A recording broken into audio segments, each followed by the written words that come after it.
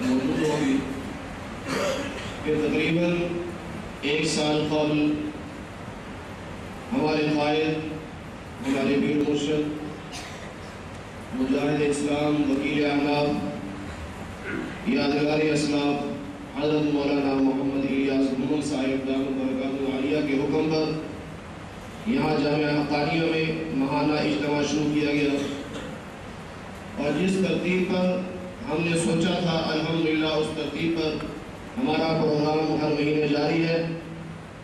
نہ اشتہار، نہ دعوت نامے اور نہ کوئی شور شرابہ، صرف اندر کے اسپیکر چلا کر ہمارا مقصود صرف یہ ہے کہ ہم اپنے سنی نوجوانوں کی ذہن سازی کریں، اس کو آنے والے فتنوں سے بچائیں، اور وہ باطل فرقے اور باطل فتنے جو سنی نوجوانوں کو گمراہ کرنے کے لیے کفار پھیلا رہے ہیں، ہم ان سے آگاہ کر سکیں اور سنی نوجوان کو بتا سکیں کہ اصل عقیدہ کیا ہے اور اصل نظریات کیا ہے۔ الحمدللہ ہم اپنی کوشش میں کامیاب ہیں۔ افراد کی کمی یا زیادتی، افراد کی تعداد کا زیادہ ہونا یا کم ہونا، یہ کسی تحریک کے لیے کوئی حیثیت نہیں رکھتا۔ ہمارے بزرگ فرماتے ہیں کہ تم آواز لگاتے چلے جاؤ، پہلے آواز لگتی ہے پھر اللہ ان الفاظ کو وجود عطا فرماتے ہیں۔ اس وقت پورے ملک میں الحمدللہ آواز لگ رہی ہے، اور جتنے باطل فتنے ہیں اور باطل فرقے ہیں، الحمدللہ ہماری اس محنت پر اب وہ دفاعی پوزیشن پہ ہیں، اب وہ اپنی صفائیاں پیش کر رہے ہیں۔ پہلے وہ جاہلیت پر تھے، کتابیں بغلوں میں لے کر سنی نوجوانوں کو گمراہ کرتے، حتیٰ کہ سنی مسلک کی مساجد میں جا کر امام مسجد کو پریشان کرتے کہ تم آمین اونچی نہیں کہتے، تم ٹانگیں چوڑی نہیں کرتے، تم رفع نہیں کرتے، تمہاری نماز سنت کے خلاف ہے، تم حدیث کے خلاف نماز پڑھتے ہو۔ اس قسم کے پروپیگنڈے ہر مسجد میں، ہر گھر میں شروع ہو چکے تھے۔ لیکن الحمدللہ اللہ جزائے خیر عطا فرمائے ہمارے ان اکابر کو، ان بزرگوں کو، جن کے رات دن کی محنت اور کاوش کے بعد الحمدللہ اب فضا یہاں تک ہو چکی ہے۔ اب ہمارا سنی نوجوان بغیر کتاب اٹھائے زبانی کلامی ان کے پیچھے پھرتا ہے، اور یہ محنت کرتا ہے کہ آج مجھ سے مناظرہ کر لو، وہ کہتے ہیں ہم نے مناظرہ نہیں کرنا۔ اب الحمدللہ یہاں تک نوبت پہنچ چکی ہے۔ ہمارے نوجوان جو نہ حافظ، نہ قاری، نہ عالم، لیکن اس کے باوجود وہ ٹیلی فون پر ان کے بڑے بڑے مناظرین کو دندان شکن جواب دے رہے ہیں، اور ان کے مناظرین کو پسینے چھوٹ رہے ہیں۔ یہ ٹیلی فون کرتے ہیں کہ ہم سے مناظرہ کرو، وہ ٹال مٹول کرتے ہیں کہ ہم مناظرہ نہیں کرتے۔ اور بات اب صرف مسائل تک نہیں ہے، اب تو مسائل عقائد تک چلی جا چکی ہے۔ اب تو عقائد کی جنگ ہے۔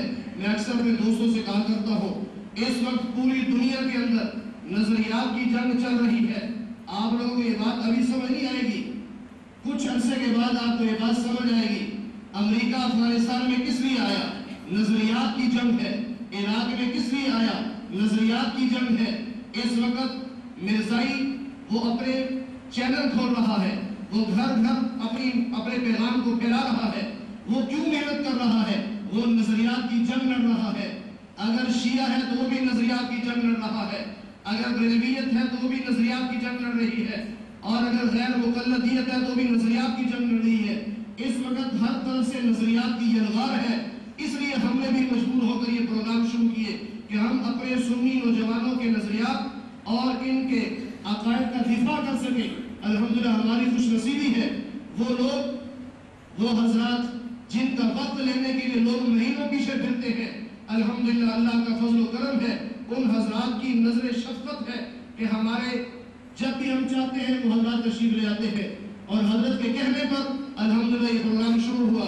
اور ہماری خوش نصیبی کی آج کے اس پروگرام میں حضرت مولانا محمد الیاس محمد صاحب ناظم اعلیٰ اتحاد اہل سنت والجماعت پاکستان تشریف فرما ہے۔ اور ہماری خوش نصیبی اس سے بڑھ کر کیا ہوگی؟ آپ دیکھیے، ہمارے اکثر مولانا حنیف صاحب یہاں تشریف فرمائے، جنوبی لاہور کے علماء کے امیر ہیں، آپ ان سے پوچھ کے دیکھیے، وہ فرماتے ہیں آج سے 20-25 سال پہلے میں اپنے آپ کو بالکل تنہا محسوس کرتا تھا، ہر طرف سے یلغار تھی، دیوبندی گستاخ رسول، دیوبندی فلانا، دیوبندی فلانا۔ کہتے میں اکیلا تھا اور ہر وقت ذرا سے میں رہتا تھا، اب ہر طرف الحمدللہ اکابرین علماء دیوبند کی مساجد بن چکی ہے، بڑے بڑے مدارس کھل چکے ہیں۔ مولانا خود فرماتے ہیں مجھے بڑا حوصلہ ہوتا ہے، بڑی خوشی ہوتی ہے۔ اور اس سے بڑھ کر آپ دیکھیں ہر طرف کسی مسئلے میں چلے جائیں، بریلویوں کی ہو غیر مقلدین کی ہو، اکثر آپ کو جاہل ملیں گے، امام عالم نہیں ہوں گے۔ صرف وہ شور مچائیں گے کہ ہم عالم ہیں، مستند عالم آپ کو اس علاقے میں بہت کم بریلویوں کا یا غیر مقلدین کا ملے گا، لیکن پروپیگنڈا ہے، شور ہے۔ لیکن الحمدللہ علماء دیوبند کی آپ جس مسجد میں جائیں گے آپ کو مستند عالم دین ملے گا، الحمدللہ مستند عالم دین، اور ہر باطل فرقے کا تعاقب کرنے والا ملے گا۔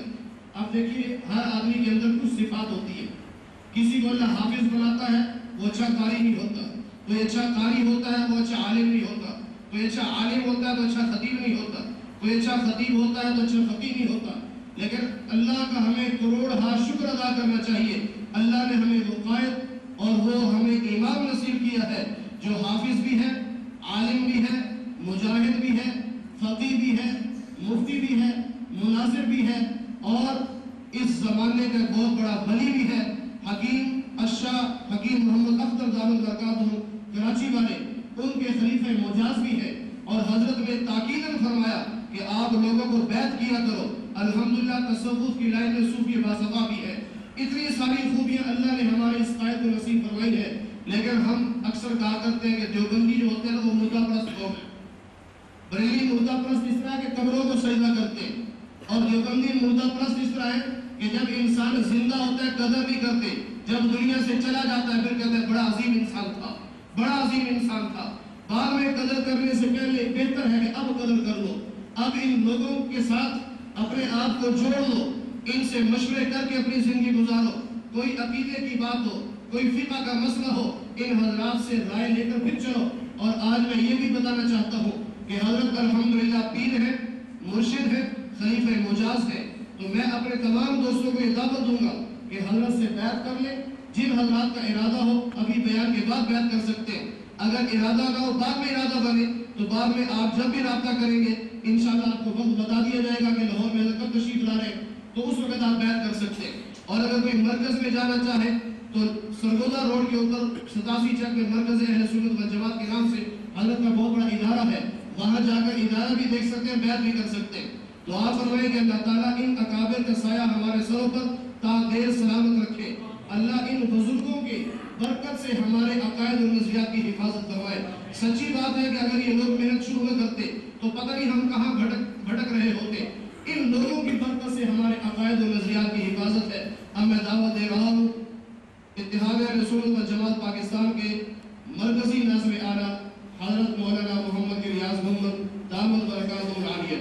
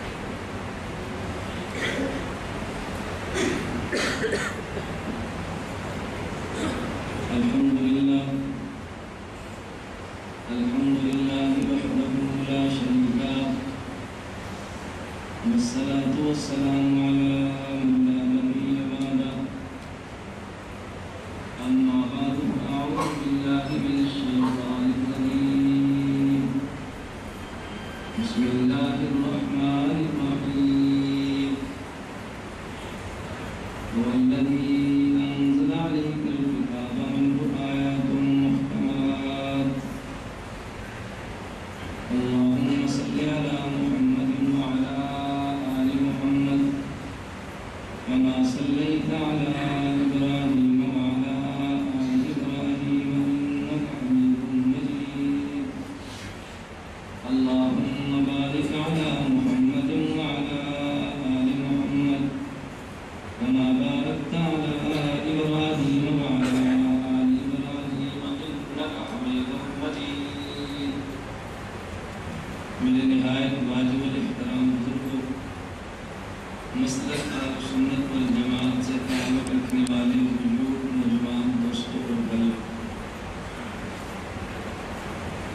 کریم کی آیات کو سمجھیں۔ بعض آیات وہ ہیں کہ جس کا معنی اور مراد سمجھ آتی ہے، بعض آیات وہ ہیں کہ جن کا معنی اور مراد سمجھ نہیں آتی۔ قرآن کریم کی بعض آیات وہ ہیں کہ جن کے الفاظ کے لغوی معنی سمجھ آتے ہیں، مگر اللہ کیا فرمانا چاہتے ہیں یہ سمجھ نہیں آتا۔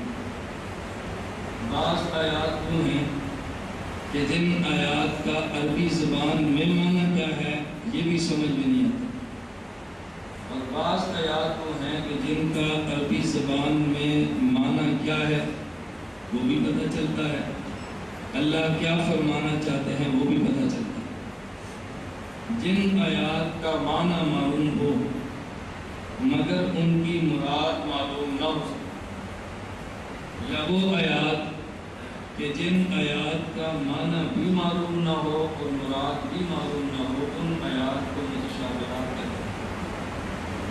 اور جن آیات کا لغوی معنی بھی معلوم ہو، مراد بھی معلوم ہو، انہیں محکمات کہتے ہیں۔ دو لفظ آپ نے یاد رکھیں، یہ وہ علمی مباحث ہیں۔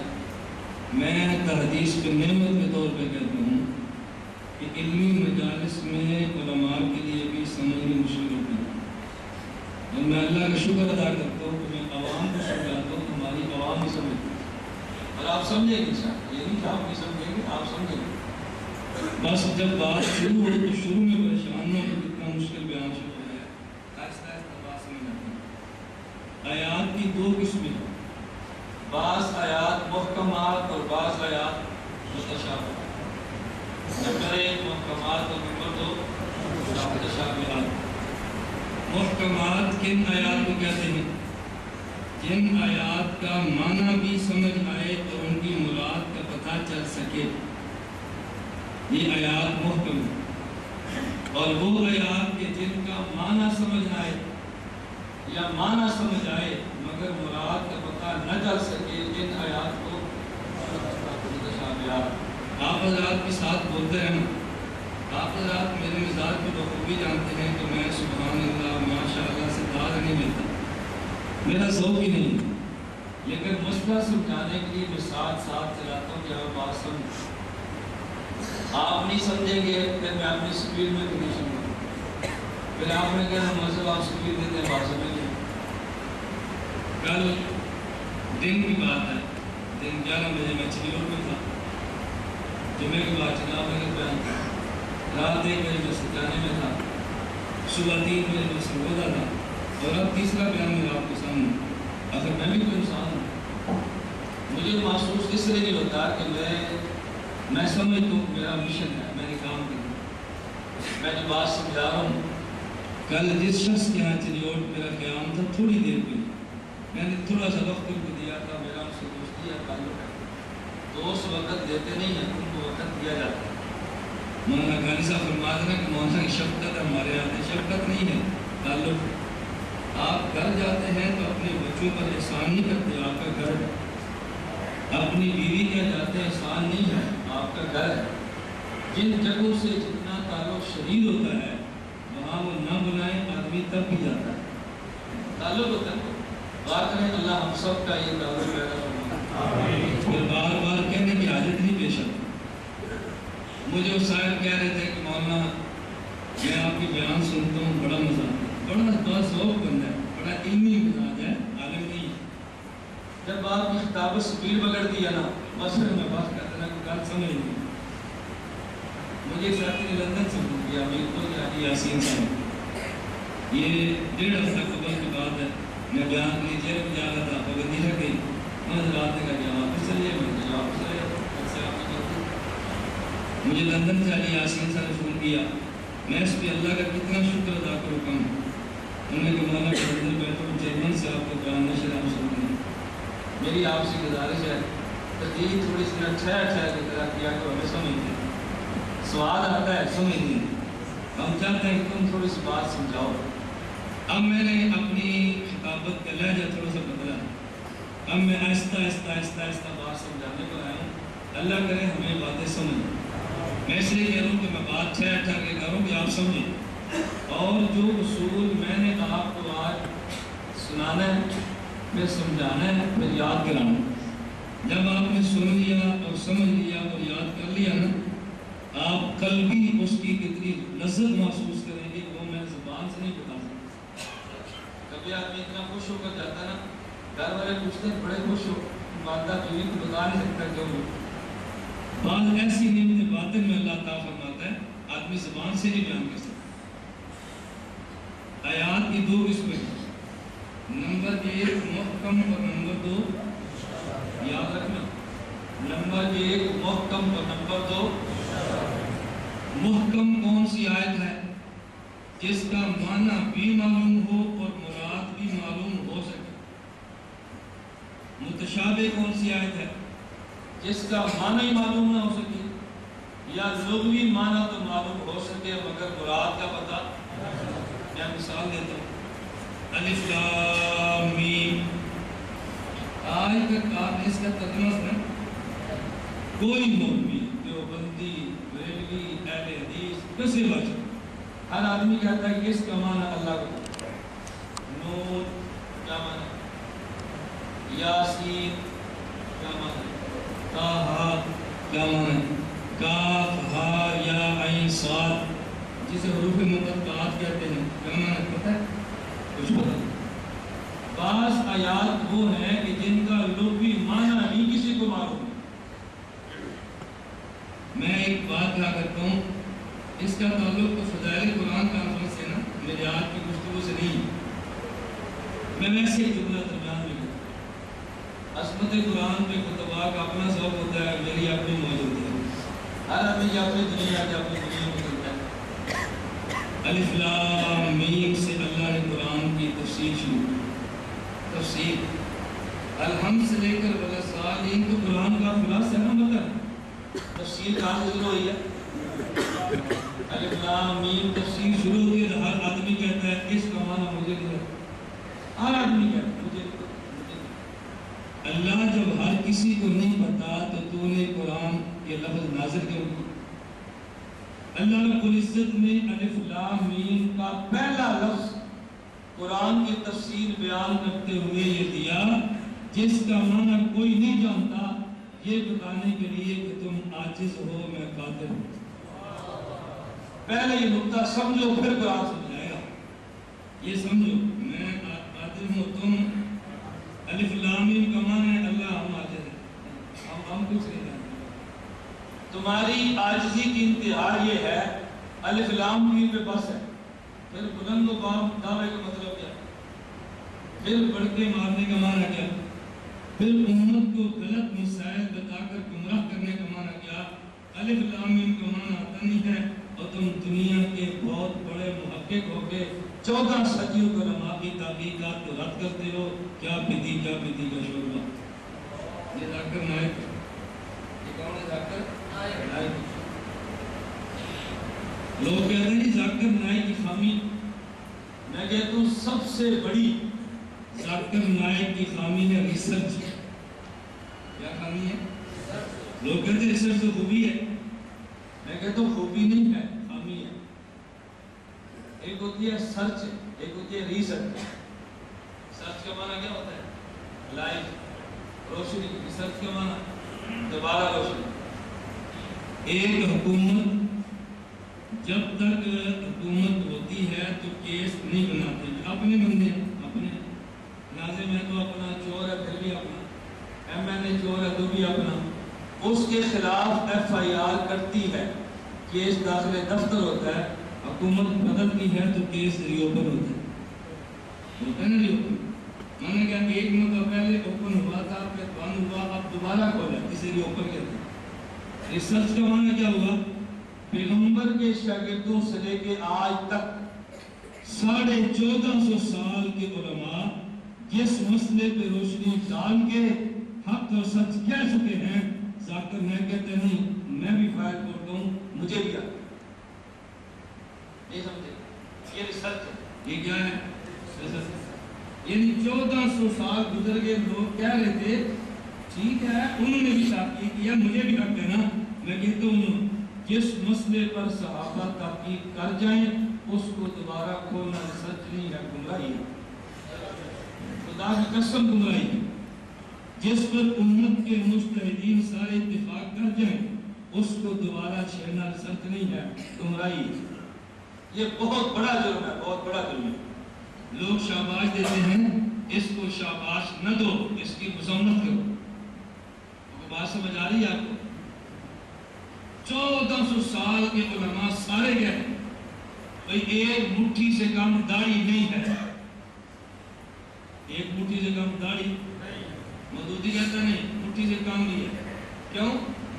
ہم نے دیکھ رہے ہیں کہ لحیہ کا لغت میں معنی کیا ہے، کوڑ مغز۔ ہم نے یہ نہیں دیکھنا لحیہ کا لغت میں معنی کیا ہے، ہم نے دیکھنا ہے کہ لحیہ جس کی سنت ہے وہ لحیہ کا معنی کیا کرتا ہے، ہم نے یہ دیکھنا نہیں سمجھے۔ جس کی داڑھی سنت ہے نا، جس کا طریقہ ہے، وہ داڑھی کا معنی کیا کرتا ہے یہ دیکھنا ہے، یہ نہیں دیکھنا کہ داڑھی کا معنی لغت والے کیا کرتے ہیں۔ ہم نے کلمہ عربی لغت کا نہیں پڑھا، ہم نے کلمہ محمد عربی کا پڑھا۔ شرح وہ ہوگی تو صاحب شریعت کرے، شرح وہ نہیں ہے جو لغت والا کرے۔ اور یہی جرم تمہارے شہر کے جاوید خامدی نے کیا ہے، یہی جرم اس جاوید خامدی نے کیا ہے۔ ایسا کوڑ مغز انسان بھی مانے جنت، کہتا ہے قرآن کی شرح ہم عربی سے کریں گے، قرآن کی شرح نبی کی سنت سے نہیں، چونکہ قرآن عربی ہے لہٰذا لغت عرب سے شرح کریں گے، پیغمبر کی سنت سے نہیں۔ ہم نے کہا اگر تیرے اصول کو مان لیا جائے نا کہ قرآن کی شرح عربی سے کرنی ہے، پھر محمد عربی سے فصیح عرب کا ہی کوئی اس سے بڑا فصیح اگر پیغمبر سے کرنی ہے تو بھی ٹھیک ہے، اگر عربی سے بھی کرنی ہے پھر نبی کی عربی دیکھنا، امرؤ القیس کی عربی دیکھتا ہے تو امرؤ القیس سے نہیں پتا، آپ کو امرؤ القیس کے نہیں پتا تو آپ کیا سمجھیں؟ یہ الگ بحث ہے نا۔ ہمارے درس نظامی کتاب ہے سبع مالکہ، عربوں کا مزاج یہ تھا، عربیت عرب کی فطرت تھی، عرب کی فطرت ہے۔ ایک دن بھی سکول نہیں پڑھا، ایسے پرندہ دیکھا تو 100 شیر پرندے پہ فساتے تھے، لاٹھی دیکھی ہے 200 شیر لاٹھی پہ، سانپ دیکھا 500 شیر سانپ پہ۔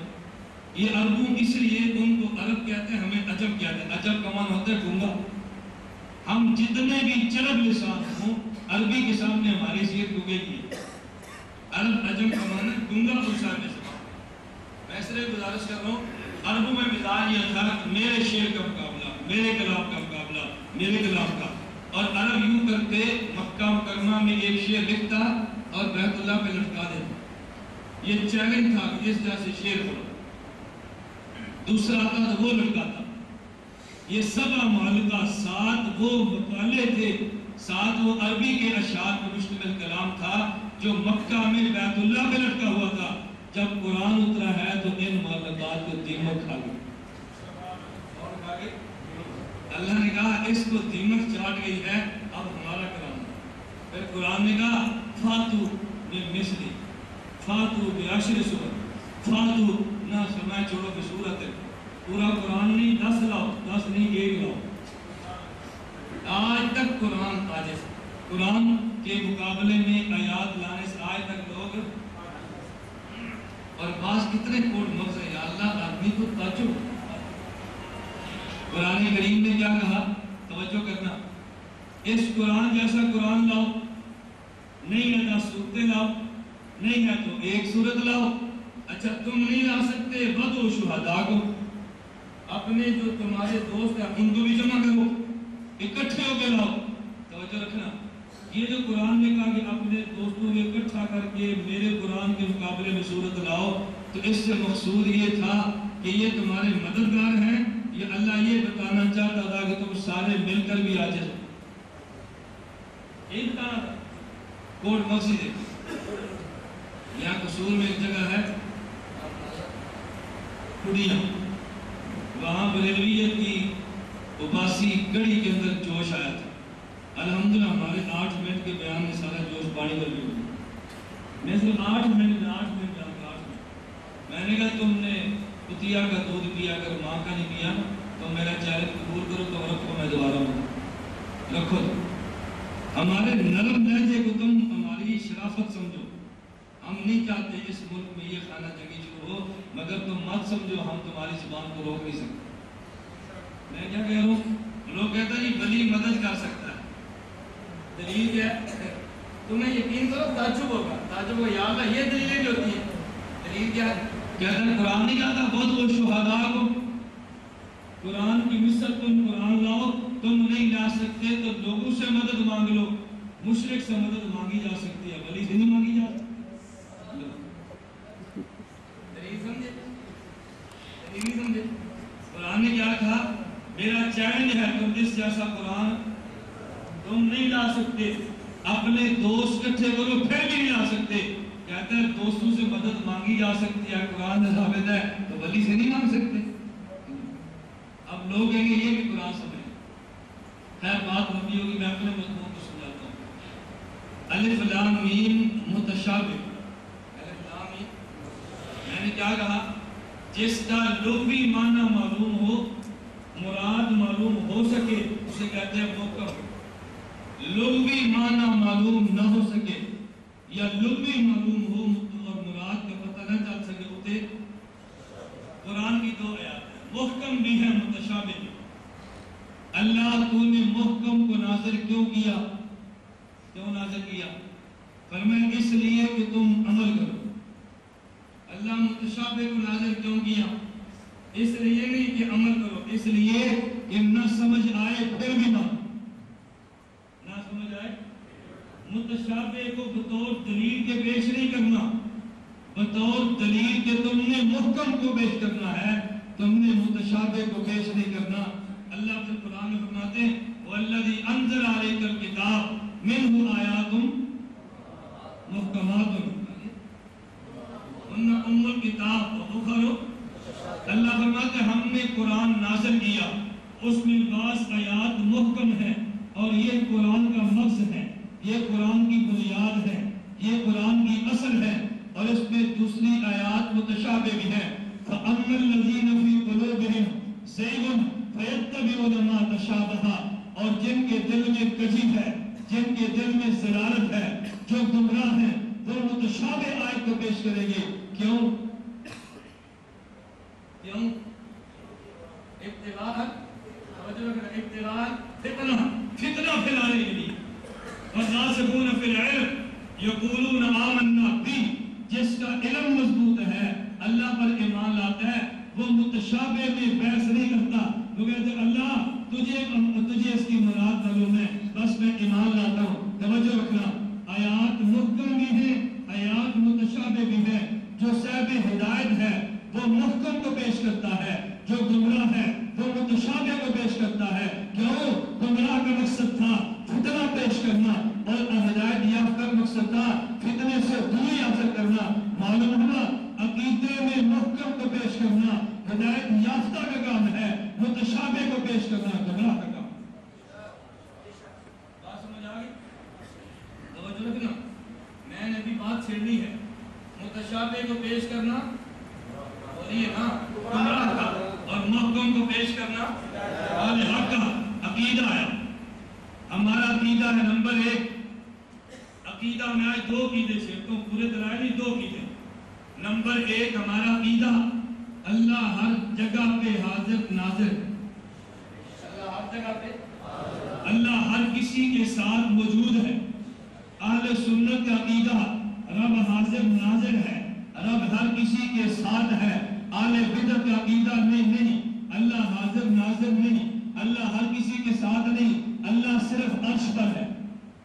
اللہ صرف، توجہ رکھنا، میں انشاءاللہ آج یہ بات بڑی آسان سے صاف کروں گا. اہل بدعت نے کہا کہ اللہ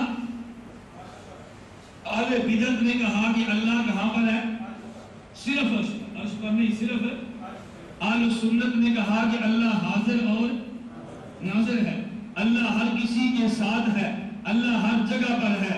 اہل سنت سے پوچھو تمہاری دلیل کیا ہے؟ کہتے ہیں اللہ قرآن میں فرماتے ہیں وَلِلَّهِ الْمَشْرِقُ وَالْمَغْرِبُ فَأَيْنَمَا تُوَلُّوا فَثَمَّ وَجْهُ اللَّهِ. مشرق بھی اللہ کا، مغرب بھی اللہ کا. تم جدھر منہ کرو گے وہاں پہ، صرف عرش کی طرف نہیں، جدھر وہ پھرو گے وہاں پہ اللہ بائنا سالہ کا عبادی انی فانی قریب اللہ فرماتے ہیں میرے پیغمبر میرے بندے میرے بارے میں پوچھے آپ کہہ دینا اللہ قریب ہے اور عرش تو قریب نہیں ہے نا عرش تو بہت دور ہے یہ 7 آسمان ہے اوپر پھر سمندر ہے اوپر اللہ کی کرسی ہے اوپر اللہ کا عرش ہے اوپر کرسی ہے اوپر سمندر ہے اوپر اللہ کا عرش ہے حوالہ چاہیے تو تفسیر روح المعانی میں علامہ علوسی لکھتے ہیں وَكَانَ عَرْشُهُ عَلَى الْمَاءِ کے تحت واسع کرسی السماوات والارض 7 آسمان اور زمینیں واسع کرسی اوپر اللہ کی کرسی وَكَانَ عَرْشُهُ عَلَى الْمَاءِ اوپر سمندر اوپر عرش ہے عرش بعید ہے اللہ قریب ہے اللہ کیا ہے قریب ہے وَإِذَا سَأَلَكَ عِبَادِي عَنِّي فَإِنِّي قریب آگے چلیے نمبر 3 فَلَوْلَا إِذَا بَلَغَتِ الْحُلْقُومِ جب تمہاری جان حلق سے نکلنے لگتی ہے جان حلق پر پہنچ جاتی ہے فرمایا لولا اذا بلغت الحلقوم لنحن اقرب الیہ منکم ولکن لا تبصرون اس بندے کے تم اتنے قریب نہیں جتنا ہم قریب ہیں اللہ ہمیں پتہ نہیں چلتا فرمایا لا تبصرون تم دیکھ نہیں سکتے لا تبصرون تم توجہ رکھنا میں ایک جملہ درمیان میں کر لگوں یہ مضمون میرا نہیں ہے میں درمیان میں چھیڑتا ہوں اللہ فرماتے ہیں میں تمہارے قریب مگر تم دیکھ توجہ رکھنا میں تمہارے قریب مگر تم دیکھ لا تبصرون رب نے فرما دیا نا میں تمہیں نظر نہیں آتا نظر نہ آنے کی وجہ یہ نہیں میں دور ہوں نظر نہ آنے کی وجہ میں لطیف ہوں تمہیں نظر نہیں ہوگا تو جو رب کہہ دے یہ مان لو اس کو مان لو جو رب کہہ دے تمہارے بس میں نہیں ہے اس کو چھوڑ دو نا آج آلے بدعت نے نیا کام شروع کیا اللہ کہتے ہیں لا تقولوا لمن يقتل في سبيل الله اموات بل احياء ولكن لا تشعرون جو میری راہ میں قتل ہو جائے وہ زندہ ہے اللہ سمجھ میں نہیں آتا فرمایا لا تشعرون رب نے فرمایا زندہ مان کیفیت میں بحث نہ کر مماتی زندہ نہیں مانتا کیفیت میں بحث کرتا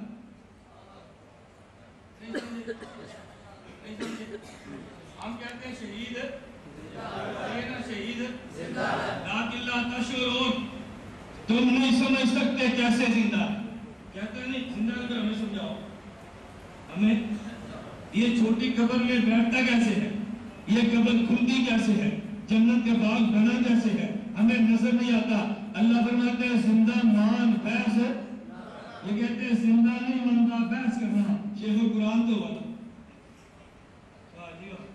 شیخ التفسیر تو والا قرآن ہے کہتے نہیں قرآن بڑا پڑھتے ہیں اللہ نے فرمایا زندہ مان مگر کیفیت میں بحث ہے یہ کہتے ہیں زندہ نہیں مانتا کیفیت میں بحث کرنا اللہ جو کہتے ہیں وہ نہیں ماننی یہ مماتیت ہے اہل سنت والجماعت نہیں ہے خیر میں کر رہا تھا نمبر 3 چوتھی دلیل سن اللہ قرآن میں فرماتے ہیں حضرت موسیٰ علیہ السلام تھے چلے پیچھے فرعون ہے آگے سمندر ہے موسیٰ کی قوم نے کہا موسیٰ فرعون آ گیا آگے دریا ہے پھنس کے موسیٰ نے فرمایا ان معی ربی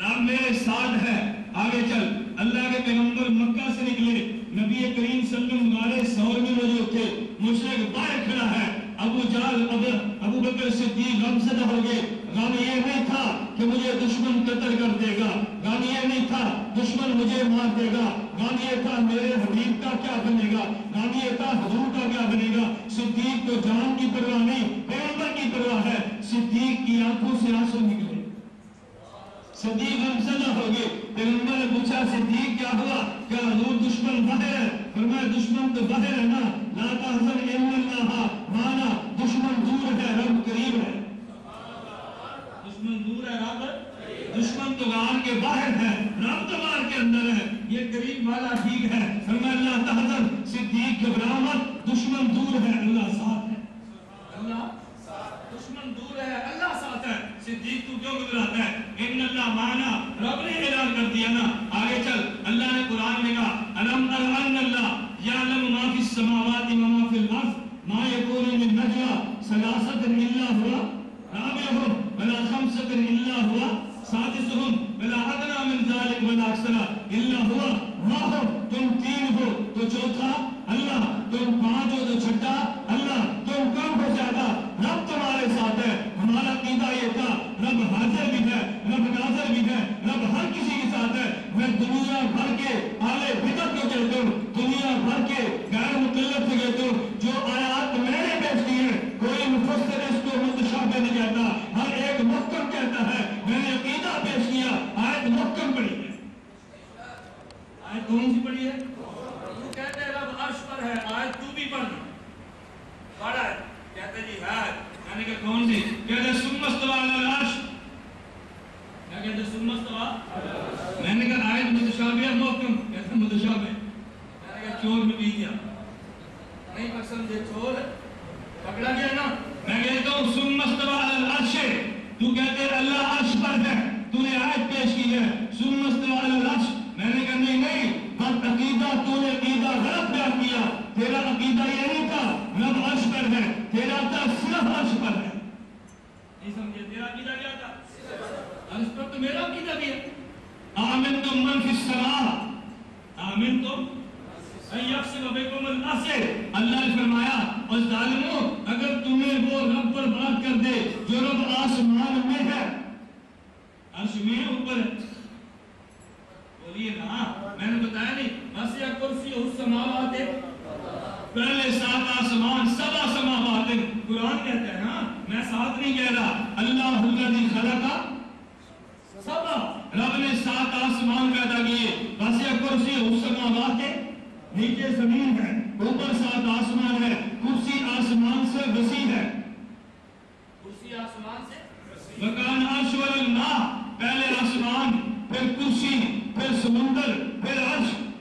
اللہ کہتا ہے آمنتم من فی السماء، آمنتم، وہ اللہ جو آسمان میں ہے، یہ آیت ثم استوى علی العرش کے خلاف ہو گئی نا۔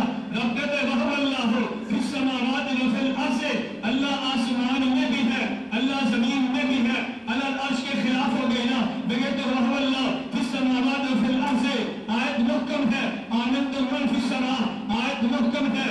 آگے پھر میں أَلَمْ تَرَ أَنَّ اللَّهَ يَعْلَمُ مَا فِي السَّمَاوَاتِ وَمَا فِي الْأَرْضِ مَا يَكُونُ مِن نَجْوَىٰ ثَلَاثَةٍ إِلَّا هُوَ رَابِعُهُمْ، آیت محکم ہے، لِلَّهِ الْمَشْرِقُ وَالْمَغْرِبُ فَأَيْنَمَا تُوَلُّوا فَثَمَّ وَجْهُ اللَّهِ، آیت محکم ہے۔ وَإِذَا سَأَلَكَ عِبَادِي عَنِّي فَإِنِّي قَرِيبٌ، آیت محکم ہے۔ وَنَحْنُ أَقْرَبُ إِلَيْهِ مِنكُمْ وَلَٰكِن لَّا تُبْصِرُونَ، آیت محکم ہے، میں نے محکم پیش کی، تو نے متشابہ پیش کیا۔ رب کہتے ہیں فَأَمَّا الَّذِينَ فِي قُلُوبِهِمْ زَيْغٌ فَيَتَّبِعُونَ مَا تَشَابَهَ، اہل حق محکم پیش کرے گا، گمراہ متشابہ پیش کرے گا۔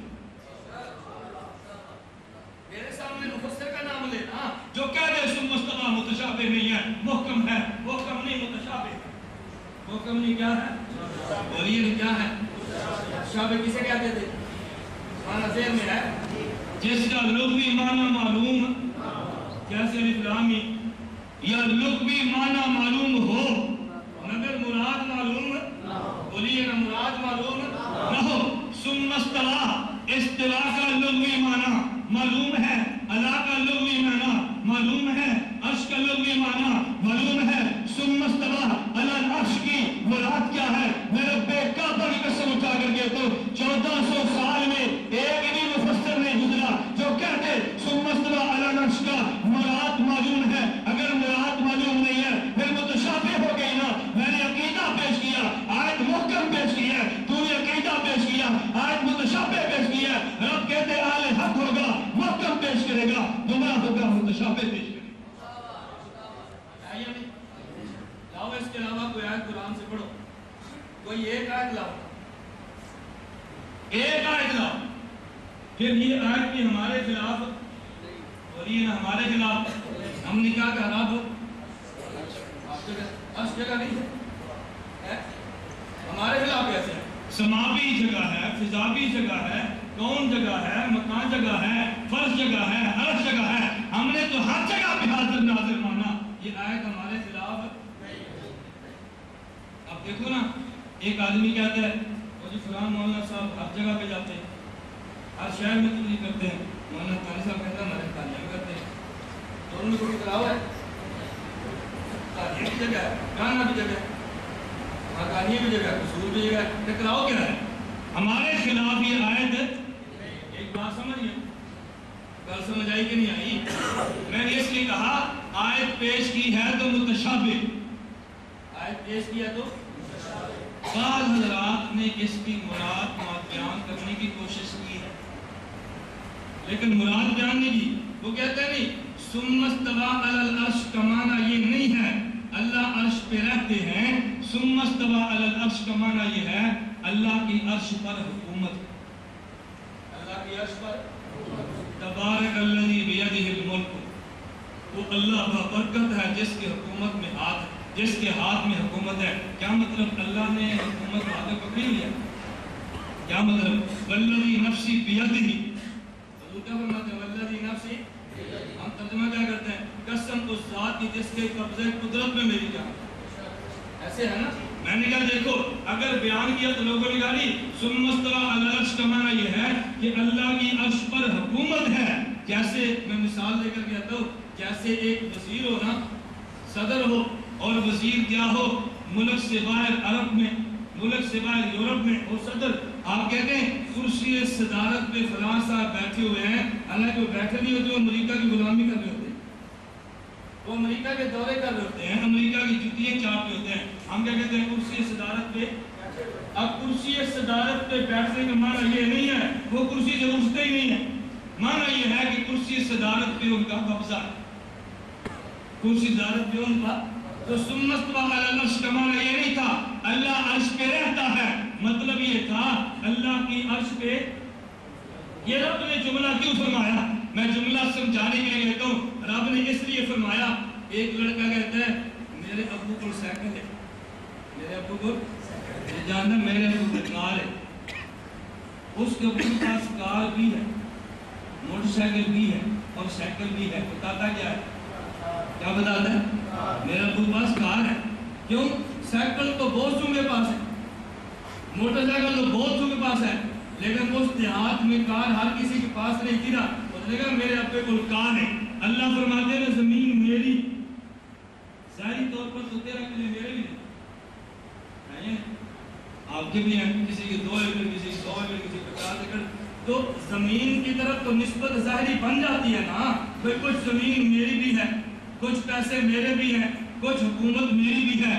اللہ پاک نے اپنی قدرت کو بیان کرتے ہوئے اس عرش کا نام لیا کہ جس کی پر حکومت اللہ کے علاوہ کسی اور کی مجازی بھی نہیں ہوتی۔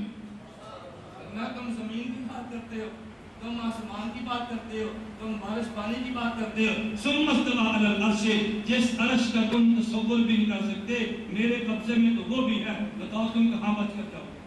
تمہاری کیا حیثیت ہے؟ میرا تو عرش میں بھی قبضہ ہے نا، رب نے ثم استوى علی العرش فرما دیا۔ خیر میں یہ کہہ رہا تھا، اصول بیان کر رہا تھا، ہم نے آیت پیش کی تو اس نے آیت پیش کی تو میں مسئلہ چھیڑتا ہوں، اصل میں نے ایک اور بات بھی کہنی ہے اور میں نے اس اصول کی روشنی میں انشاءاللہ بات کرنی ہے۔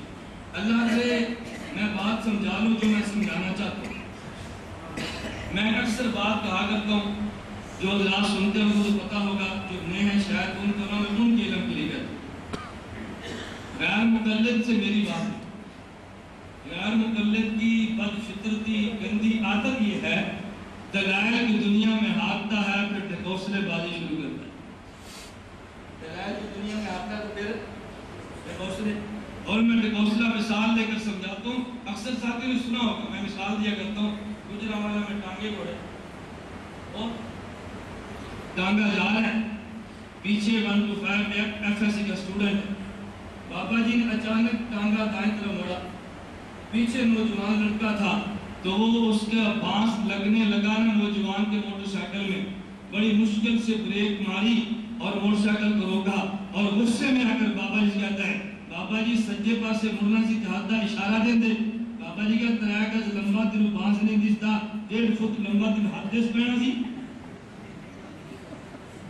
تجھے 3 گز لمبا بانس نظر نہیں آیا تو تجھے 1.5 فٹ ہاتھ نظر آ جانا تھا۔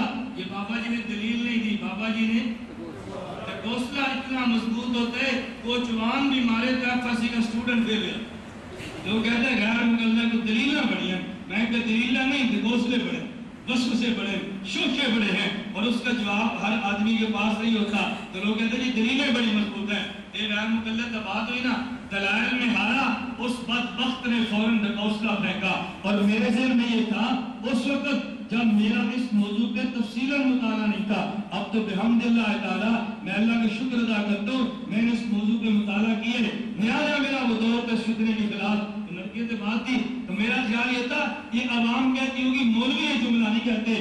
پھر میں نے مطالعہ کیا تو غیر مقلدین کے پروفیسر طالب الرحمان جو ان کا مناظر ہے آئیے عقیدہ سیکھیے میں بھی یہی بات موجود تھی. تو میں نے سمجھا یہ چھوٹوں کی بات نہیں ہے یہ بڑوں کی ہے جو چھوٹوں کو یاد کرائی ہے.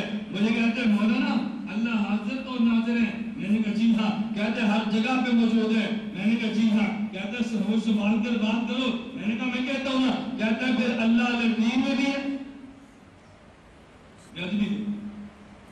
اللہ لطیف میں بھی ہے. اب کتنا بڑا ڈکوس ہے. آپ یہ نہیں کہہ سکتے لطیف میں ہے ادب زبان ساتھ نہیں دیتی. اگر وہ نہیں ہے حاضر ناظر ختم. اگر وہ ہے زبان ساتھ نہیں دیتی. مجھے کہتے ہیں لطیف میں بھی ہے. مجھے پتا تھا یہ ڈکوسلا ہے یہ دلیل نہیں ہے جس کے لیے مجھے پریشانی ہو. میں اللہ کی ذات پہ بھروسہ کر کے کہتا ہوں مجھے آج تک یاد نہیں ہے کسی غیر مقلد نے ڈکوسلا بھی مانا ہو اور اس آپ کے خادم میں اس کو جواب نہ دیا ہو. مجھے یاد نہیں. اس لیے غیر مقلد میرے جلسے میں چٹے دینا چھوڑی ہیں. آپ یہاں پہ بیٹھا تو کوئی چٹے دو نہیں دے گا. آپ تجربہ کر کے دیکھو وہ چھوڑیے دوڑ کے پھر چٹے دینا. غیر مقلد میں سیالکوٹ میں تھا بیان کیا تو ساتھ نے کہا جی چٹے نے مولانا بیان جواب دیں گے. چٹ آ گئی. غیر مقلد کہتا ہے جی تمہاری فقہ میں مسئلہ لکھا ہوا ہے امام ایسے آدمی کر بناؤ جس کی بیوی خوبصورت ہو. اب بتاؤ ہم اماموں کی بیویاں چیک کرتے چلیں گے. کتنی تمہاری گندی فقہ ہے. فقہ میں مسئلہ لکھا ہوا ہے. ہمارے علماء کبھی پریشان ہوتے ہیں الحمدللہ میں نہیں پریشان. میں نے اسے کہا بھی لکھا ہوا ہے. میں نے کہا لکھا ہوا ہے. میں نے کہا تمہیں اشکال ہے ہمیں اشکال نہیں ہے. ہم مقلد ہیں حضرت امام اعظم ابو حنیفہ رحمۃ اللہ علیہ کے. میں نے وہ جواب دیا جو کتابوں میں لکھا ہوا نہیں ہے. یہ آپ کے خادم کا بحمدللہ اپنا جواب. میں نے کہا ہمارے امام ابو حنیفہ تابعی ہیں اور ولی ہیں. حضرت امام صاحب ولی تھے صاحب کشف تھے. آج سے 1300 سال پہلے اللہ نے امام پر یہ منکشف فرما دیا ایک وقت آئے گا ایک انگریز کا ایجنٹ طبقہ پیدا ہوگا جو عورتیں دیکھ کر مذہب بدل دیں گے. تو مولوی کو چاہیے کہ اپنی بیوی اچھی رکھے تاکہ بیوی کی وجہ سے مذہب نہ بدلنا پڑے. میں نے کہا نہیں یقین آتا تو میں نام لے کر بتا دو جس کو تم نے دیا مذہب بدل. میں نے کہا اب تم چٹ لکھو یہ ہمارا چیلنج ہے تو ایسا کوئی مولوی نہیں بتا سکتا. میں نام بتا دوں. میں نے کہا میں نام بتاتا ہوں. امام میں بھی نہ تمہارا اس کی وجہ سے مذہب نہ بدلنا پڑے یوں کرو. اب چٹ نہیں آ کیوں اس کے ذہن میں کا فقہی شکوفے بیان کرے گا. مجھے پتہ ہے امام فقہی مسائل نہیں سمجھتی. جیسی زبان اس کی ہے ویسی زبان میں جواب تاکہ اس کو بات سمجھ آئے. میں نے اسے کہا بیٹا تم قرآن کے حافظ ہو. اتفاق سے حافظ تھا. کہتا جی میں حافظ ہوں. میں نے کہا تمہارے سینے میں قرآن موجود ہے. کہتا جی نہیں. میں نے کہا اچھا تمہارے سینے میں قرآن محفوظ ہے. کہتا جی ہاں. میں نے کہا کوئی آدمی یہ بات کہے میرے گھر میں گندم موجود نہیں مگر محفوظ ہے مان لو گے؟ بتاؤ بھائی میرے گھر میں پیسے موجود تو نہیں ہیں مگر محفوظ ہیں کروڑ روپے. کہتا نہیں. میں نے کہا تو کہتے ہیں میرے سینے میں قرآن موجود نہیں ہے مگر محفوظ ہے. بغیر موجود ہونے کے محفوظ کیسے ہوا؟ ہمیں بھی پتا نا. تیرے سینے میں اگر محفوظ ہے تو موجود بھی ہے. میں نے کہا قرآن موجود ہے. کہتا ہے موجود ہے. میں نے کہا لیٹرین میں قرآن کو لے کر جانا جائز ہے. کہتا ہے نہیں. میں نے کہا جب جناب بیت الخلا میں جاتے ہیں تو سینہ پھاڑ کے قرآن بائیں رکھ کے پھر جاتے ہیں اور سینہ پھاڑ کے قرآن بائیں رکھ کے پھر جاتے ہیں. مجھے کہتے ہیں یہ نہیں. میں نے کہا پھر کہتے ہیں قرآن سینے میں موجود ہے مگر وجود سے پاک ہے. میں نے کہا اللہ ہر جگہ موجود ہے وجود سے پاک ہے.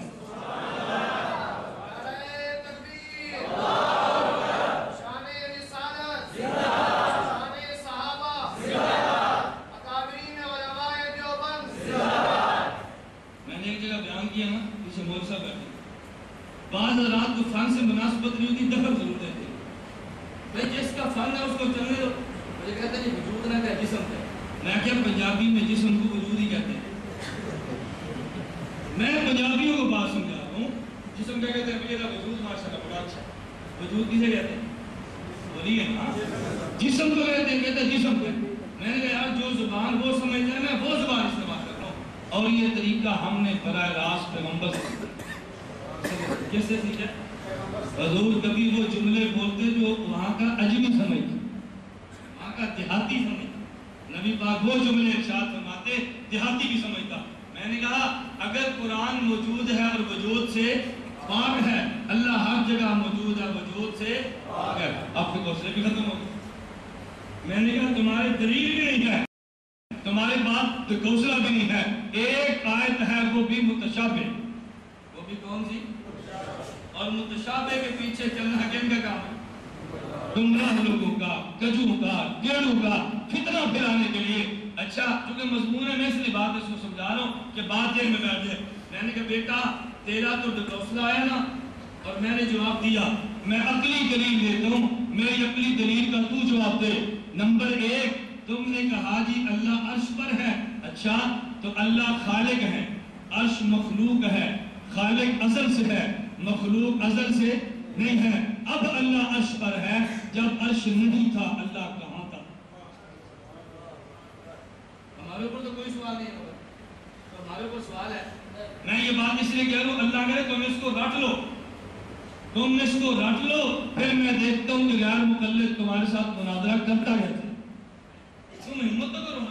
میں جس شہر میں جاتا ہوں بول صاحب دھیان رکھنا تو اگر گل کرانی ہے. میں نے کہا اس گدھے کی بات مجھ سے نہ کر, سے تو بات خود کر بات. ایک ٹکے کے بندے کو بلاتے ہیں, پھر بات کراتے ہیں, پھر وہ لاہور میں کہتے ہیں میں مناظرہ مولانا کو منع کیتا ہے, 1 گھنٹے کیتا ہے, جامعہ کہانی بیٹھ بھی کیتا ہے, مولانا کچھ پور میں نہ کیوں گل کرتے ہیں, مولانا مجھے ساتھ دیتے میں نے کہا منع منع کیتا. میں نے کہا نا ہم تمہیں تمہاری وقات سے اوپر نہیں جانے دیں گے انشاءاللہ. ٹھیک ہے, اس کو میں پنجابی زبان میں کہتا ہوں ذات دی کوڑ کلی سے تیرا نہ چلے, ہے نا, ذات دی کوڑ کلی سے تیرا نہ, اور کوڑ کلی کو مارے تو روزے کا ثواب مل جائے. اس کلی کو قتل نہ کرو, جوتے تو مارو یار, کچھ تو ثواب تم بھی لو. میں کہہ رہا تھا نمبر 1, اللہ اگر خالق عرش پر ہے تو اللہ بولیے نا خالق ہے اور عرش مخلوق ہے. اگر اب اللہ عرش پر ہے, خالق ازل سے ہے, مخلوق ازل سے نہیں ہے, جب عرش نہیں تھا رب کہاں تھا؟ نمبر 1. میں نے کہا میرے تو ریکارڈ کا سوال ہے نا, میرے 3 سوالات کا جواب ابھی تک کسی غیر مقلد نے کسی جلسے عام میں بھی نہیں. میں نے کہا میرا دوسرا سوال, اللہ خالق ہے, عرش مخلوق ہے, مخلوق محدود ہے, خالق غیر محدود ہے, کیا محدود میں غیر محدود سما سکتا ہے؟ میں نے کہا میرا تیسرا سوال, اب یہ تھوڑا سا علمی, تھوڑا سا اگر تم کہتے ہو اللہ عرش پر ہے, اللہ عرش پر ہے نا, اگر تم نے اللہ کو عرش پہ مانا تو میرا سوال ہوگا عرش کے محاذات سے ہے, کچھ کم ہے, کچھ زیادہ ہے؟ سوال ٹھیک ہے, اللہ عرش پر ہے, برابر سے برابر ہے, جتنا عرش ہے اتنا ہی اللہ ہے, یا کچھ عرش سے بڑا ہے یا کچھ چھوٹا ہے؟ چوتھی ضرورت تو کوئی نہیں ہے. اگر آپ کہتے ہیں عرش کے محاذات میں برابر ہے تو تم نے اللہ کی تحدید کر دی, غیر محدود کی حد بندی نہیں ہو سکتی. ٹھیک ہے, ٹھیک ہے نا. اور اگر تم نے کہا نہیں جی اللہ عرش سے تھوڑا سا کم ہے تو تم نے مخلوق کو بڑا مانا, خالق کو چھوٹا مانا. اگر تم کہتے ہو نہیں کچھ اللہ عرش سے باہر ہے تو تم کہہ رہے تھے عرش پر ہے, وہ میرا تو ٹوٹ گیا, ٹوٹ گیا. میں ایک اور کہتا ہوں, ایک اور دلیل سنو. تم نے کہا جی اللہ عرش پر ہے, تو میرا سوال تم سے یہ ہوگا کہ اگر اللہ عرش پر ہے تو تم نے عرش کو مکان مانا, اللہ کو مکین مانا. جس جگہ پہ رہا جائے اس کو مکان کہتے ہیں اور رہنے والے کو مکین کہتے ہیں, اور مکین ہمیشہ جسم ہوتا ہے, مکین ہمیشہ مکین ہمیشہ, اور اللہ جسم سے پاک ہے. اللہ جسم سے مکین مانو تو جسم مانو, اللہ جسم سے پاک ہے. میرے سوال کا جواب دو. نمبر 6, اگر تم اللہ کو عرش پہ مانو, عرش کو تم نے مکان مانا, اللہ کو تم نے مکین مانا, مکین کے لیے جسم ہونا لازم ہے, جسم مرکب ہوتا ہے. جسم عوام نہ سمجھے تو گلہ نہ کرنا, میں یہ بات مولویت کے لیے کہتا ہوں، جسم مرکب ہوتا ہے، مرکب حادث ہوتا ہے، رب حادث نہیں، رب قدیم ہے۔ آپ کو نہ سمجھ آئے نا تو دلا نہیں کرنا بھی ہمیں سمجھ نہیں آئی، آپ کو ہر بات سمجھ آنی نہیں ہے نا، کچھ باتیں میں خالص علماء کے لیے درمیان میں کہتا ہوں۔ چلیے اب میں 8ویں دلیل لیتا ہوں، جو عوام کو سمجھے دلیل نہیں، یہ میرے اعتراض ہے، تم ہمارے اعتراض بھی دور کرو، اور میں رب کی ذات پہ بھروسہ کر کے کہتا ہوں یہ دلائل عوام میں بحمداللہ مسلک کی خدمت کی برکت سے میں لایا ہوں، مجھ سے قبل عوام میں یہ دلائل کوئی نہیں لایا۔ میں اللہ کا شکر ادا کرتا ہوں، دلائل کتب میں تھے، بکھرے پڑے تھے، معقولات کی کتب میں تھے، فرق کی کتب میں تھے، ہم لائے ہم آپ کے سامنے۔ آج کا میرا اشکال یہ ہے، اگر اللہ عرش پر ہے تو پھر اللہ کو تم نے مکین مانا، عرش کو مکان مانا، اور دنیا کا اصول یہ ہے مکان مکین سے بڑا ہوتا ہے، جہاں آپ رہتے ہیں وہ مکان ہے اور آپ مکین ہیں، گھر بڑا ہوگا آپ چھوٹے ہوں گے، یہ دنیا کا طے شدہ اصول ہے، مکان مکین سے بڑا ہوتا ہے۔ اگر اللہ عرش پہ رہتے ہیں، عرش مکین ہے، عرش مکان ہے، اللہ مکین ہے، مکان مکین سے بڑا ہوتا ہے، مجھے بتا رب بڑا ہے یا عرش بڑا؟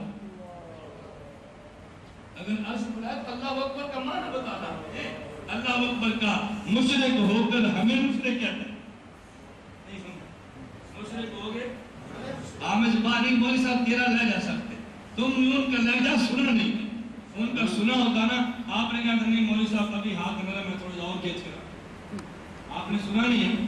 کل جناب نگر میرا جمعے کی نماز کے بعد بیان تھا، مولوی اس پر شہبازی نے کہا جی آپ محمد ریاض عمر صاحب آتے ہیں، ہماری درخواست سے بیان کریں اور پھٹتے نہ کھینچیں۔ میں نہیں کھینچتا، مجھے کچھ اور دلائل سمجھئے، میں نے ایک عقیدہ بیان کی، دوسرا شروع کروں؟ بھائی سننا جو شروع کروں نا، میں نے کہا آپ نے گھر رہنا ہے، میں نے سفر کرنا ہے، سفر آپ نے نہیں کرنا، میں نے کرنا ہے۔ میں نے آپ سے گزارش کیا نا، میں کل رات 3 بجے سنا اور سفر میں فجر کے بعد سے میں چل رہا ہوں، اور الحمدللہ ثم الحمدللہ میرا اپنی ذات پہ بھروسہ کر کے کہتا ہوں ابھی تک مجھ پر تھکاوٹ کے احساس نہیں ہے، اللہ غائب نہیں ہے۔ ایک ہوتا ہے آدمی کا جسم تھکنا، ایک آدمی دماغی طور پر تھک جاتا ہے، جسم تھک جائے تو آدمی اٹھ جاتا ہے، دماغ کہنا نہیں میری بحث ہو گئی پھر بڑا مشکل ہے۔ اللہ دماغ آپ کا بھی تر و تازہ رکھے، اللہ ہمارا بھی تر و تازہ رکھے۔ میں ایک عقیدہ اور بیان کر دوں، اسی پہ بات کر، چلو آج یہ رکھ لو، آئندہ پھر سے ایک میں اور عقیدہ، چلے میں تھوڑا سا بیان کرتا ہوں تفصیل پھر سے ایک عقیدہ اور۔ اہل سنت والجماعت کا عقیدہ یہ ہے اللہ جسم سے بھی پاک ہے، اعضائے جسم سے بھی پاک ہے۔ اللہ بولیے نا، اللہ جسم سے بھی پاک ہے، اللہ جسم کے اعضاء سے بھی، توجہ رکھنا، اللہ جسم سے پاک ہے، اللہ اعضائے جسم سے، توجہ رکھنا، اللہ جسم سے بھی پاک ہے، اللہ اعضائے جسم سے بھی پاک ہے۔ دلیل میری دلیل یہ ہے، قل هو اللہ احد اللہ الصمد، اللہ صمد کا معنی بولو نا، تمہیں نہیں پتا میں بتا، ہاں صمد کا معنی ہم نے غلط سمجھا تو اس کا غلط جگہ پہ انتباہ کیا۔ کسی عورت کا جوان بیٹا مر جائے نا تو کہتے بڑا دکھ ہے، اللہ بے نیاز اللہ کون پوچھے، ہم کا بے نیاز کا معنی یہ تھا وہ چاہے تو ظلم کرے، جو چاہے کرے، اللہ کو پوچھنے والا نہیں، بے نیاز کا معنی یہ نہیں ہے۔ اللہ الصمد، صمد کا معنی یہ ہے الذی لا يحتاج الى شیء ويحتاج الیہ کل شیء، صمد یہ ہے کائنات کی ہر چیز اس کی محتاج ہو، وہ کائنات میں کسی کا بھی محتاج نہ ہو، یہ صمد ہے۔ یہ کون ہے؟ قل هو اللہ احد اللہ الصمد، اللہ کون ہے؟ بولو نا، اللہ کون ہے؟ صمد کا معنی الذی لا يحتاج الى شیء ويحتاج الیہ کل شیء، صمد اسے کہتے ہیں کائنات کا ذرہ ذرہ اس کا محتاج ہو، وہ کائنات میں کسی کا محتاج نہ ہو، معنی بے نیاز ہو۔ یہ بے نیاز کا معنی، بے نیاز کا معنی اس کو کسی کی ضرورت نہیں ہے، اس کے سارے کام چلتے ہیں، اپنے کام چلانے میں کسی کا کوئی کائنات میں محتاج نہیں ہے۔ یہ تھا اللہ کے بے نیاز ہونے کا معنی۔ توجہ رکھنا، میں بولوں تو بولے، ہم بولنے میں زبان کے محتاج ہیں، رب بولنے میں زبان کا محتاج ہے، بولیے نا، میں دیکھوں تم دیکھو، ہم دیکھنے میں آنکھ کے محتاج ہیں، رب دیکھنے میں آنکھ کا محتاج ہے میں سنوں آپ سنیں، ہم کان کے محتاج ہیں، رب سننے میں کان کے محتاج نہیں ہے۔ میں کہہ سکتا ہوں کہ رب متکلم ہے بغیر زبان کے، رب سمیع ہے بغیر کان کے، رب بصیر ہے بغیر آنکھ کے، رب اعضاء کا محتاج نہیں ہے۔ ہم موجود ہیں، وجود ہونے میں جسم کے محتاج ہیں، رب موجود ہے وجود میں جسم کا محتاج نہیں ہے۔ وہ صمد ہے، ہم صمد نہیں ہیں، ہم جسم کے بھی محتاج، اعضاء کے بھی محتاج، رب جسم کا محتاج بھی نہیں ہے، اعضاء کا محتاج بھی نہیں ہے۔ سبحان ہے وہ جسم سے پاک، اعضاء جسم سے پاک، جسم سے پاک، اعضاء جسم سے پاک ہے۔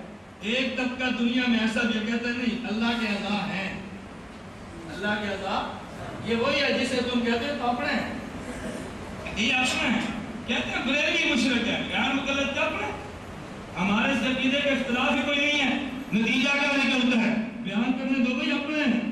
ایک سال لشکر طیبہ میں جاؤ بھائی اپنے ہیں، جس نبیس کو تم نے اپنا کہہ کے زکات دی ہے، جس قذاب کو تم نے اپنا کہہ کے نوجوان تیرے کے لیے، جس دجال کو تم نے اپنا کہہ کے یہاں مسجد میں بیان کا وقت دیے، وہی دجال جب باہر جاتے اسی لڑکے اس دن کے بعد واپس جاتے، یہ لڑکا کہتے تھانوی مشرک ہے، زکریا مشرک ہے، امداد اللہ مشرک ہے، مجھے سمجھ نہیں آتی یہ بدبخت تیرا تھا تو تیرے نوجوان کی منہ سے تیرے کعبے کو مشرک کیوں کہتے ہیں؟ معلوم ہوتا ہے وہ تیرا نہیں ہے، تو نے غلط سمجھا، وہ تیرا تو پھر فضائل مال پہ اعتراض کیوں اعتراض؟ وہ تو تیرا تبلیغ جماعت کے خلاف کتاب کیوں؟ وہ تو تیرا تو خانقاہ کے خلاف کتاب کیوں؟ وہ تیرا ہے نا، تیرا ہونے کا معنی کیا تھا؟ کبھی تبلیغ جماعت کے خلاف کتاب، کبھی فضائل مال کے خلاف کتاب، کبھی بہشتی زیور کے خلاف۔ تمہیں رب نے آنکھیں نہیں دی نا تو کان سے سنو، کان نہیں دیے دماغ سے سمجھو۔ معراج ربانی سعودیہ بیٹھا ہوئے 18 گھنٹے کی video C D Bahishti Zewar کا فضائل پناہ کا آپریشن، کتنے گھنٹے کی؟ اپنے چلو اپنے 5 گھنٹے کی سی ڈی جو بند کی ڈائری اپنے، 14 گھنٹے بہشتی زیور کا آپریشن اپنے، یہ اب بھی اپنے، مجھے نہیں سمجھ آتی تو مغیر کی سمجھتے ہو، وہ اپنے مناظر اپنے نہیں عزیز والے کہتا یہ طریقہ ٹھیک نہیں ہے، تمہارا نا یہ ٹھیک نہیں ہے، ہمیں تمہارے طریقے سے اختلاف ہے، روز سے اتفاق ہے، میں اس لیے کہتا ہوں یہ اپنا نہیں، اپنا یہ نہیں ہے، بولتے نہیں اور بھئی اپنا ہے ہمارا، اپنا مت سمجھو اس کو، یہ تمہارا نہیں تھا، تمہیں مشرک کہتا ہے، پتہ نہیں کس دنیا میں رہتے ہو، ہمیں مشرک کہتا ہے، کافر کہتا ہے، مناظر کی چیلنج دیتا جا رہا ہے، ہم روتے ہیں خدا کے لیے، میں نہیں کہتا مناظر کو ان سے مناظر کرو، میں تمہیں نہیں کہتا ان کے خلاف بولو، میں تمہیں نہیں کہتا ان کو گالیاں دو، میں کہتا ہوں کم از کم یہ تو ہونا اپنا نہیں ہے، اور یہ تو کہہ رہے یار اپنا نہیں، اپنا تو کم از کم کہنا چھوڑ دو، اللہ جسم سے پاک، اعضائے جسم سے بولیے نا، رب جسم سے پاک، اعضائے جسم سے، میں نے دلیل دی ہے قل هو اللہ احد اللہ الصمد، میری دلیل محکم، بولیے میری دلیل لیس کمثلہ شیء، محکم ہے، لم یلد ولم یولد، بولیے محکم ہے، محکم، تیری دلیل کہتے ہیں اللہ کا ہاتھ ہے، دلیل ان الذین یبایعونک انما یبایعون اللہ ید اللہ فوق ایدیہم، کہتا ہے یہ اللہ کا چہرہ ہے، دلیل کل شیء ہالک الا وجہہ، کہتا ہے یہ اللہ کی پنڈلی ہے، کیوں یوم یکشف عن ساکن، کہتا ہے اللہ کی آنکھ ہے، دلیل وَاصْنَعِ الْفُلْكَ بِأَعْيُنِنَا، کہتا ہے یہ رب کی آنکھ بھی ہے، رب کی پنڈلی بھی ہے، اور میں کہتا ہوں اللہ جسم سے پاک تھا، اعضائے جسم سے پاک تھا، میں نے دلیل دی ہے، آیت محکم ہے، کل شیء ہالک الا وجہہ، خدا کی قسم محکم نہیں ہے، متشابہ ہے، یوم یکشف عن ساکن متشابہ ہے، وَاصْنَعِ الْفُلْكَ بِأَعْيُنِنَا متشابہ ہے، ید اللہ فوق ایدیہم متشابہ ہے، متشابہ کو پیش کرے گمراہی ہے، محکم کو پیش کرے ہدایت ہے، کوئی محکم لانا کیا لا، یہ کیا لا، میں علماء سے گزارش کرتا ہوں، علماء سے، عوام سے نہیں، میں علماء سے گزارش کرتا ہوں، فقہ الاکبر امام ابو حنیفہ کی کتاب کا مطالعہ، علماء سے دل گزارش ہے، امام صاحب کیا فرماتے ہیں، ید اللہ صفت، ید اللہ ید اللہ لا نعلم معناہ، یہ جو قرآن میں کل شیء ہالک الا وجہہ، ہر چیز تباہ ہوگی، وجہ اللہ تباہ نہیں ہوگا، امام فرماتے ہیں وجہ صفت لا نعلم معنی ہو، یہ ذات نہیں ہے، صفت ہے، علم صفت ہے، وجہ صفت ہے، ساکن صفت ہے، یہ متشابہ ہے جس کا من ہم نہیں جانتے، رب جانتے، ہم نہیں جانتے۔ اب یہ بحث علمی شروع ہونی ہے اور تم نے پھر آنکھیں باندھ کے نہیں شروع کرنی ہے، وہاں سے وہ کھمت نہیں چاہیے، کیونکہ صفات کا مسئلہ ذرا مشکل ہے نا، صفات کا مسئلہ تو ہماری طرف گاؤں میں نہیں چلتا، عوامی اجتماع میں کیسے چلے گا؟ صفات کا مسئلہ تھوڑا سا مشکل ہے، میں چھیڑتا اس لیے ہوں، آج سمجھو، کل سمجھو، پرسوں سمجھو، ایک وقت آئے گا انشاءاللہ یہ مسائل چل پڑے تو آپ سمجھیں گے انشاءاللہ، سمجھیں گے یا دون کا معنی کیا ہے؟ میرے پاس ایک ساتھی ہے، وہ دلیلیں دیتے ہیں، میں وہ دلیل دے دیتا ہوں، سمجھ آئے تو ٹھیک ہے، نہ آئے تو ٹھیک ہے، دلیل دیں گے، کہتے ہیں جی یدن کا معنی ہے اللہ کا ہاتھ، اللہ کی شان کے لئے، اللہ کی آنکھ اللہ کی شان کے لئے، اللہ کا چہرہ اللہ کی شان کے لئے۔ ہم نے کہا بھئی پہلے چہرے کا معنی کرو تو پھر شان کی لائق ہوگا نا، نہیں سمجھا؟ کوئی ہاتھ ہوگا تو شان کی لائق ہوگا نا، اس کا معنی کہ تم نے رب کے لیے ہاتھ مانا نا، ہاتھ کا معنی جو لغت میں ہے کیا یہی ہے؟ کہتا ہے شان کے لائق، اور میں نے کہا شان تو بعد میں ہوگا، پہلے یدن کا معنی بیان کرنا، اگر یدن کا معنی نہیں آتا تو متشابہ ہے، اگر یدن کا معنی جو لغت میں تھا وہ رب کے لیے ہے تو پھر تو متشابہ نہ رہا نا، اگر جو لغت میں ہے وہ رب کے لیے نہیں ہے پھر متشابہ بنا، اور متشابہ کو تو بطور دلیل کے پیش ہے۔ بات سمجھ گئے؟ عذاب کس کے ہوتے ہیں؟ جسم کے یا بغیر جسم؟ بولیے نا، کہتے ہیں کہ اللہ جسم سے پاک ہے، اعضاء ہے، اعضاء تو ہوتے اس کے جس کا جسم نہ ہو اعضاء ہوں، یہ کیسی بات ہے؟ جسم ہوگا تو اعضاء ہوں گے، ہم نے کہا رب جسم سے بھی پاک ہے، اعضاء جسم سے بھی پاک ہے۔ اب میں اپنے بیان کو سمیٹ کر کہتا ہوں، قرآن کی آیات کی دو قسمیں، نمبر ایک محکم، نمبر دو یاد ہو گیا، نمبر ایک محکم، نمبر دو آیت کا لغوی معنی معلوم ہو، یعنی عرب میں اس کو کیا کہتے ہیں، مراد بھی معلوم ہو، محکم، لغوی معلوم نہ ہو، لغوی معلوم ہو، مراد معلوم نہ ہو تو متشابہ۔ اللہ فرماتا ہے کہ چاند یاد رکھ لو، جو عقیدے پہ محکم پیش کرے اہل ہدایت ہے، عقیدے پہ متشابہ پیش کرے گمراہ ہے۔ میں قرآن کی روشنی میں کہتا ہوں ہم نے محکم پیش کیا ہے، اہل حق ہے، غیر مقلد متشابہ پیش کرتا ہے، گمراہ ہے، میرے کہنے پر نہیں قرآن کے اصول کے مطابق ہے، فطرے تلاش کرتا ہے۔ اللہ ہمیں عقیدے بھی ٹھیک عطا فرمائے، اللہ آیات بھی محکم سمجھنے کی توفیق دے، متشابہ پر ایمان لائیں، دلیل میں پیش نہ کرے، محکم پر ایمان بھی لائیں، دلیل میں بھی پیش کرے۔ اللہ ہم سب کو اہل حق سے وابستہ ہے۔ بات سمجھ آگے تو ٹھیک ہے، نہیں آئی تو میری آپ سے گزارش ہے کہ مولانا سے کہہ سکتے ہیں اس کو لے دیں، پھر سنیں، پھر سنیں، پھر سنیں۔ میں ساتھی کو مذہب میں کہتا ہوں تیرا غازی خان کیا جہاں کا واقعہ وہی سناؤں گا۔ میں نے بیان کیا تھا، مولانا صاحب نے مجھے بلایا تھا، کہتے ہیں تو پچھلے جل سے تقریر کر کے میں نے گھر اپنی بیٹی کو دی، وہ دورہ حدیث پڑھ رہی ہے۔ میں نے کہا مول صاحب کی تقریر سنی، میں نے کہا ایسا سمجھ آئی کہ کیا نہیں، میں نے کہا بلا سن، اس نے پھر سنی، میں نے کہا سمجھ آئی کہ کیا نہیں، میں نے کہا بلا سن، کہتا تھا کچھ سن، کہتے ہیں میری بیٹی دورے میں 3 بار کیسٹ سنی تو کہتے ہیں کچھ سمجھ آئی ہے۔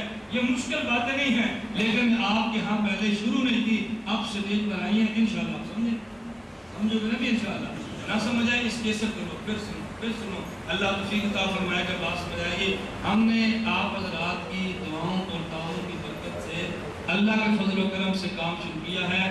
میں اللہ کا شکر ادا کر کے کہتا ہوں وہ کام جو پاکستان سے شروع ہوا آج برطانیہ اور امریکہ تک پہنچا، الحمدللہ۔ کازکستان سے رائے گڑھ کی اجتماع پر ساتھی ہے، کہاں سے؟ کازکستان رائے گڑھ اجتماع پر آئے مجھے ملے اور انہوں نے کہا جی ہمیں لٹریچر چاہیے۔ میں نے کہا کہاں کے لیے؟ کہا جی کازکستان سے آئے۔ حیران کل بات، کہتے ہیں کازکستان کو روس نے قبضہ کر لیا تھا، غصب کر لیا تھا، کازکستان آزاد ہوا ہے، حکومت اگرچہ کفار کی ہے مگر اب بھی تحریر میں وہاں کا لا پبلک لا اب بھی حنفی لکھا ہوا، ابھی کیا لکھا ہوا ہے؟ اس لیے انہوں نے غیر مقلد نے وہاں بھی کام شروع کیا ہے، وہاں جا کر کہتے ہیں ہم شافعی ہیں، ہم کون ہیں؟ کہتے ہم نے حکومت سے کہا پبلک لا حنفی ہے، یہ حنفیت کو نہیں مانتے، ان کو کام کی اجازت ہے، تو حکومت نے کہا بات تو ٹھیک ہے۔ اسی لیے افغانستان سے ڈرتے ہیں کہ پبلک لا حنفی ہے۔ پریشانی ہے کہ یہی ہے۔ خیر میں عرض کر رہا تھا کام بڑا ہے، ہمارے ساتھ یہ جو میں ہوتے ہیں، ابھی تک ہماری جو مشافہ ملاقات نہیں ہے، ان کا مناظرہ رمضان سے پہلے شروع ہوا تھا۔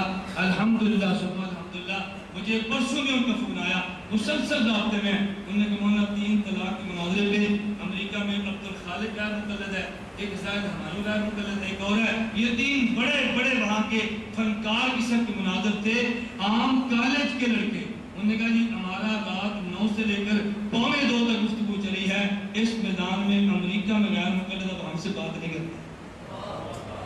اور یہاں ساتھی عثمان آئے تو میں نے کہا تھا ساتھی امریکہ کا ہے رمضان سے پہلے، رحیم ان کا نام تھا، تراویح کے مسئلے پر دلائل لے کر ہے، ہم نے 2 دن میں جوابات لے کر بھیجے، تو امریکہ کے ساتھی کہتے ہیں مولانا ہم نے کام تو دیکھا تھا لیکن کتنی تیز سروس ہم نے نہیں دیکھی تھی، ہم آپ کے مشغول ہے کام۔ میں اللہ کا شکر ادا کر کہتا ہوں کام بڑا وسیع پھیلا ہے، بس اب آپ کی دعاؤں کی ضرورت ہے اور آپ کا تعاون بھی چاہیے۔ میں چندے کی اپیل نہیں کرنے لگا، کسی کو پتہ نہیں کی شروع ہو گیا، تعاون کا معنی ہے اللہ توفیق دے تم کام کو اس کام کو کھلاؤ۔ اگر ہم سے کچھ غلطیاں ہو جائیں، اللہ کی غلطیاں آگے پھیلانے کی بجائے ہمیں بتا دیں۔ انسان ہے، غلطیاں ہو جاتی ہیں، ہم کب کیا کرنی ہوتی، کبھی لفظ غلط نکل جائے، جملہ غلط کہہ دے، بات غلط کہہ دے، ہمیں سمجھاؤ، ہم کون سے نہیں سمجھ، ہمیں نہیں بتاتے، پورے لاہور میں پھیلا دیں گے، وہ ایسا وہ ایسا وہ ایسا، بھئی ہمیں سمجھاؤ، ہم جو سمجھنے کے تیار بیٹھے ہیں، اللہ ہم سب کے کام کو قبول فرمائے۔ ہم نے عوامی سطح پر کام کو کھلانے کے لیے چند ایک کام شروع کیے، میں اس طرح بڑے اختصار سے بات کرتا ہوں۔ نمبر 1، دسمبر سے ہر مہینے کی پہلی جمعرات مغرب سے لے کر جمعہ، ہفتہ، اتوار 10 بجے تک دسمبر سے شروع ہوگا، ہر مہینے کے پہلے 3 دن ہم نے سرگودا اپنے مرکز میں یہ رکھے ہیں پورے پاکستان کے لیے۔ کسی شخص کو بھی آپ بھجوانا چاہو تو 3 دن کے کورس میں بھجوا سکتے، تو مشکل تو نہیں ہے۔ آنے کا کرایہ اس کا، جانے کا اس کا، بستر اس کا، 100 روپیہ ساتھ ہمارا۔ اس کا مطلب کیا ہے کہ کھانا بھی اس کا، ہمارا سمجھ گئے، آنے جانے کا کرایہ بھی اس کا اور کھانا بھی، یہ 100 روپیہ ہمارے کا مطلب یہ ہے جو کورس کرنے کے لیے آئے تبلیغ جماعت کی طرف سے آئے، بستر اپنا لائے، آنے جانے کا کرایہ لائے اور 100 روپیہ وہاں جا کر جمع۔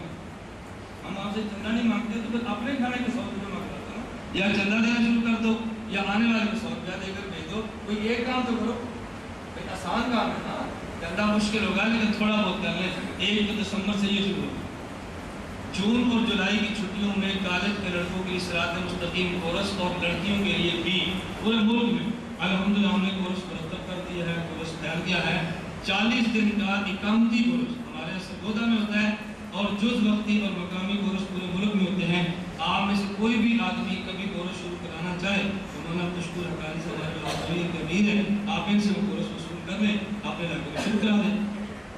نمبر 3، دینی مدارس کے طلباء کے لیے شعبان اور رمضان میں پورے ملک میں کورس الگ ہوتے ہیں، ہمارے سرگودے مرکز میں 40 دن کا کورس ہوتا ہے طلباء کا، اور تبلیغ جماعت اور بزرگ فرماتے ہیں علماء کے لیے 1 سال، علماء کے لیے ہم نے بھی 1 سال، شوال سے شروع ہوگا شعبان رمضان تک 1 سال PhD تخصص اپنے مضامین پہ علماء 1 سال کا ارادہ فرماتے ہیں۔ ہم کہتے ہیں جماعت والے حضرات فرماتے ہیں اللہ کے راستے میں نکلنے کا ارادہ کریں گے شیطان کی قبر ٹوٹ جائے گی، یعنی کہ ہمارے پاس آنے کا ارادہ فرمائیں گے خناس کی قبر ٹوٹ جائے گی انشاءاللہ۔ ہم نے دونوں کی کمر توڑ دی، شیطان کی بھی توڑنی ہے، خناس کی بھی توڑنی ہے، دونوں کی توڑنی ہے ہمیں انشاءاللہ۔ اور جس طرح مانا اجتماع یہاں پر ہوگا نا، ہر مہینے کے پہلے ہفتے کو، نومبر میں تو ہوا، دسمبر کے مہینے کے پہلے ہفتے کا یہ مانا اجتماع نہیں ہوگا کیونکہ مولانا حقانی صاحب حج پر تشریف لے جائیں گے، اللہ عافیت کے ساتھ لے جائے، اللہ عافیت کے ساتھ لے جائے، مولانا نہیں ہوگی، انتظام نہیں ہوگا، یا اللہ کرے آپ ہمت کریں، آپ کو مولانا نہیں ہے تو ہم کامیاب کریں گے، آپ کرو تو پھر ہوگا، آپ نہ کرو تو پھر مولانا نہیں ہوگی تو نہیں ہوگا، یا آپ ہمت کرو نا جی، مولانا نہیں ہوگے تب بھی ہوگا، ہم آدمی بھی بلائیں گے، بیان بھی سنیں گے، خود بھی آئیں گے، تو پھر آنے جانے سے فرق نہیں پڑتا، لیکن اگر مولانا ہی نہیں انتظام کرنا ہے تو پھر دسمبر میں نہیں ہوگا۔ اور جولائی کی غالباً 11 جولائی بنتی ہے، غالباً جنوری کی غالباً 11 جنوری بنتی ہے، دوسری اتوار۔ ہر سال جو 2 روزہ 1 روزہ اجتماع ہوتا ہے نا، اس سال سالانہ اجتماع انشاءاللہ